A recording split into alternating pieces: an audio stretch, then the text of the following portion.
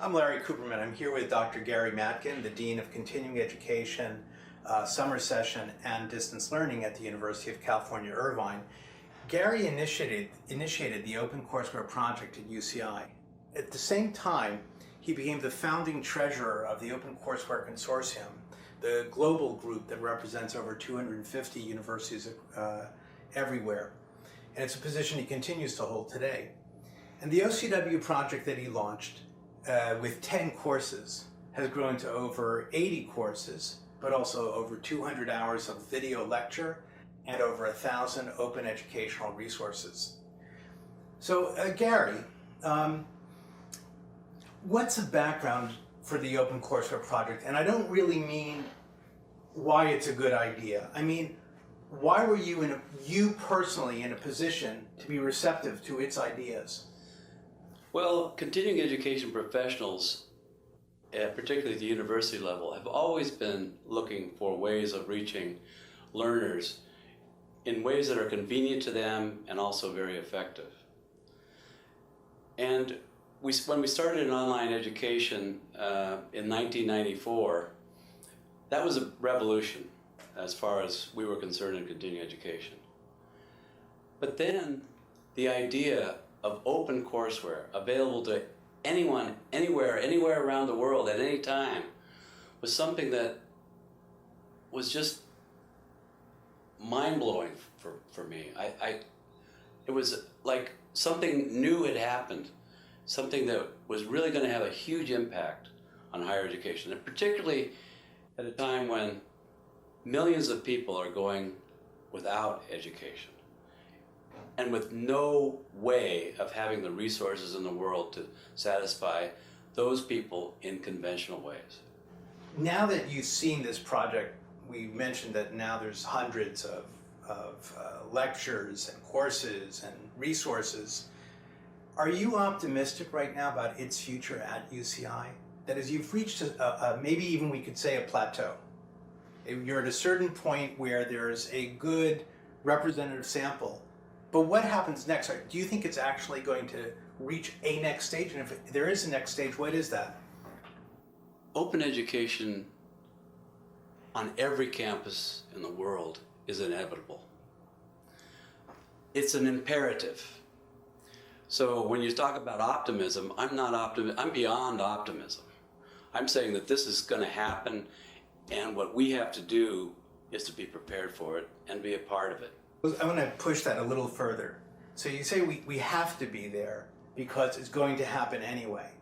But is it sort of a good thing, or does it have its negative side to it that is going to be happening? That is, are there profound changes underway at the university because these materials are now available freely?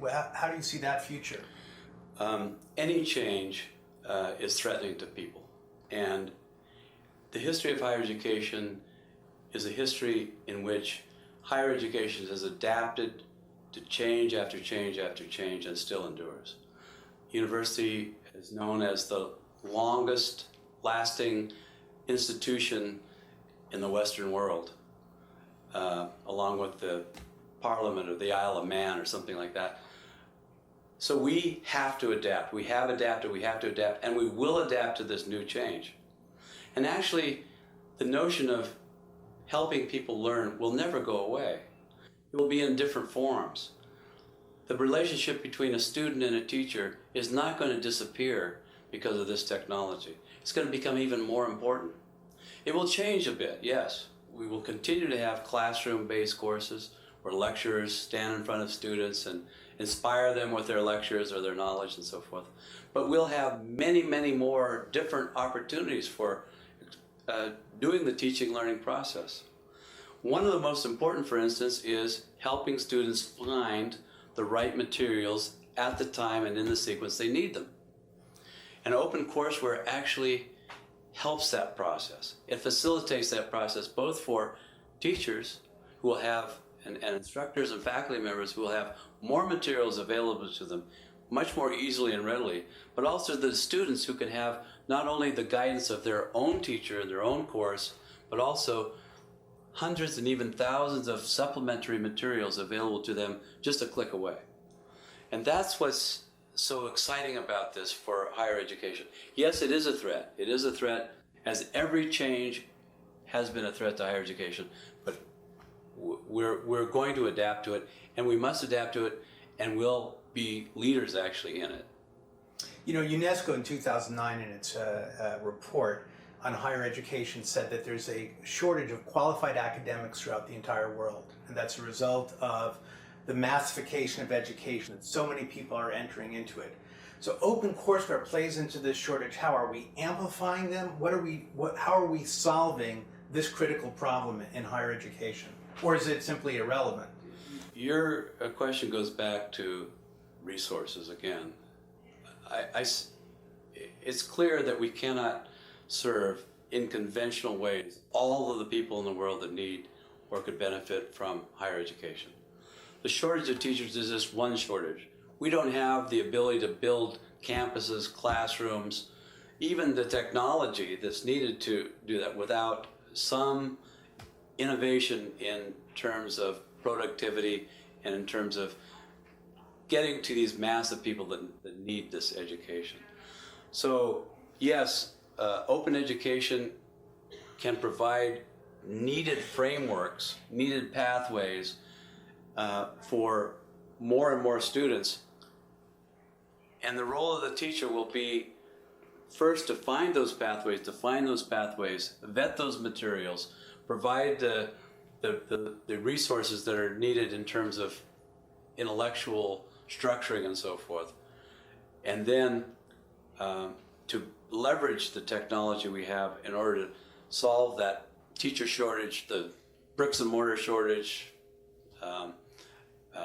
all kinds of resource issues that we face in the world of higher education. So I'm going to avoid the word optimistic, and I want to talk about what is the next stage at UCI for OpenCourseWare. Well, one of the things we're doing very aggressively now is to look for ways in which more of our OpenCourseWare material and open material can be used more effectively by more people. A recent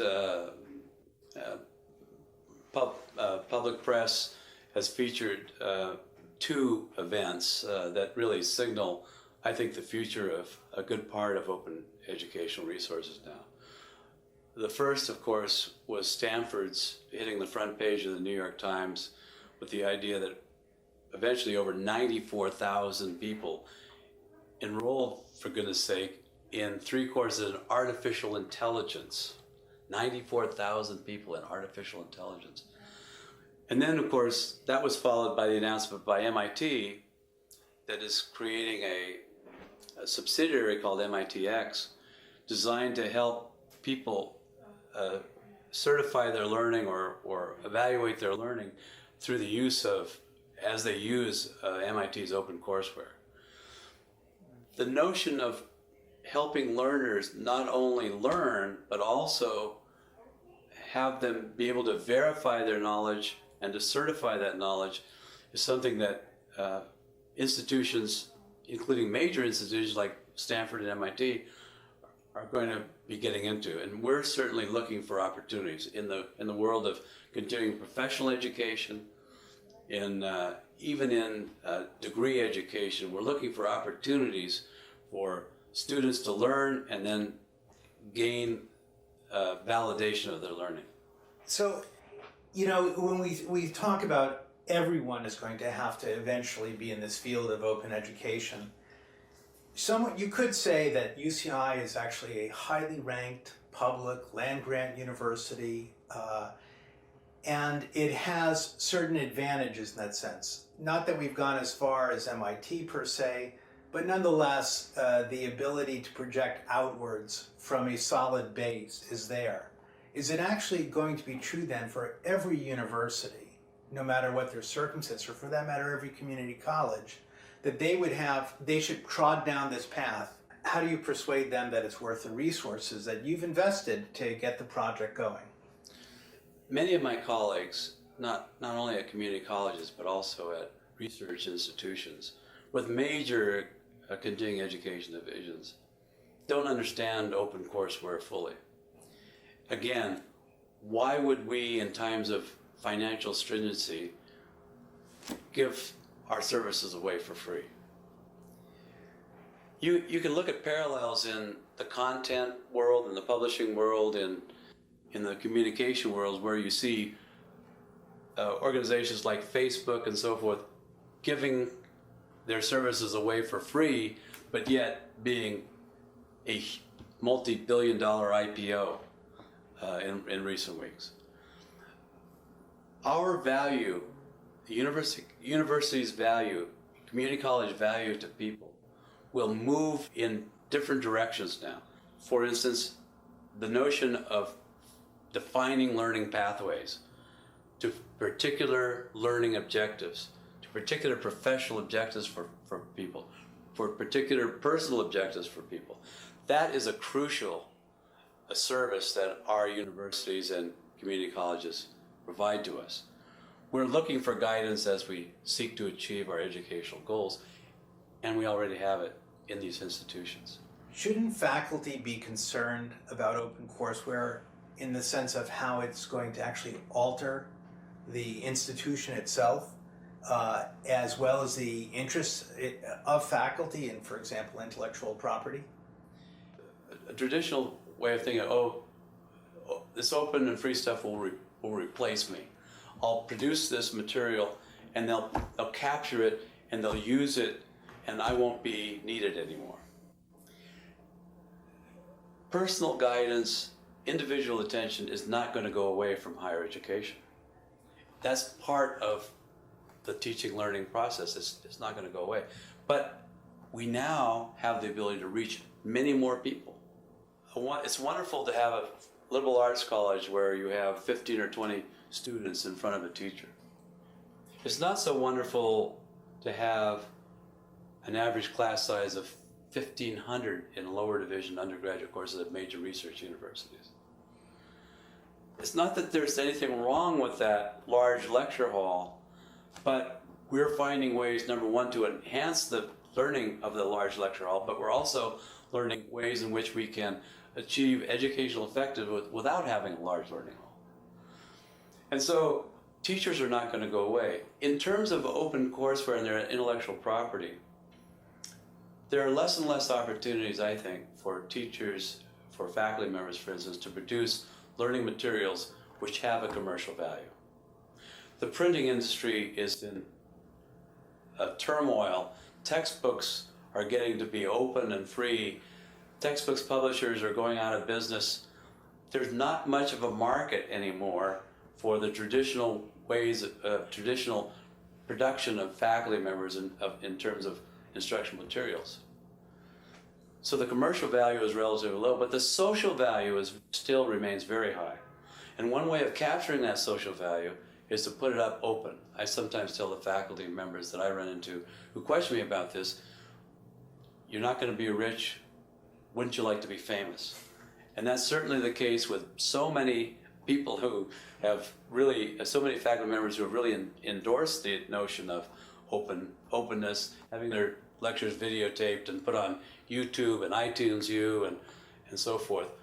So yes, the faculty roles will change, but I don't believe there's any threat to faculty, to the faculty roles. In fact, I think faculty and subject matter experts and research in particular fields is going to be even more important. And the ability to produce that new knowledge and then to get it out very quickly to large groups of students is really going to it's going to enhance the reputation of higher education at any institution that gets involved in it. Gary, what do you see as the benefits we've talked about faculty, what are the benefits to the institution? Well, the benefits to the institution are becoming clear and more clear. The first and most important, I think, is the benefits to current students and faculty members. When we put up our courses, our undergraduate courses openly, current students can review the courses before they enrolled, see what they're getting into, see how the course is taught, what's required.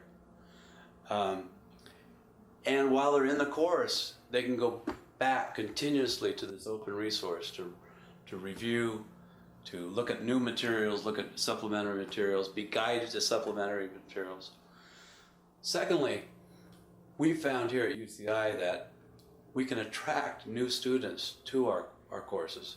For instance, in this Department of Public Health, a series of lectures that we placed on our OpenCourseWare site attracts higher numbers of applicants and higher quality applicants to our graduate programs. So attracting new students, MIT sees that a very high percentage, over 80% of their students, know about MIT's OpenCourseWare and have used OpenCourseWare at MIT as part of their decision to come to MIT. So attracting new students is a great benefit. Another benefit of OpenCourseWare and open educational resources is that it stimulates and facilitates accountability and continuous improvement. Imagine that when you put up a course, you're putting up the core of your services for everybody to see. That's the height of accountability.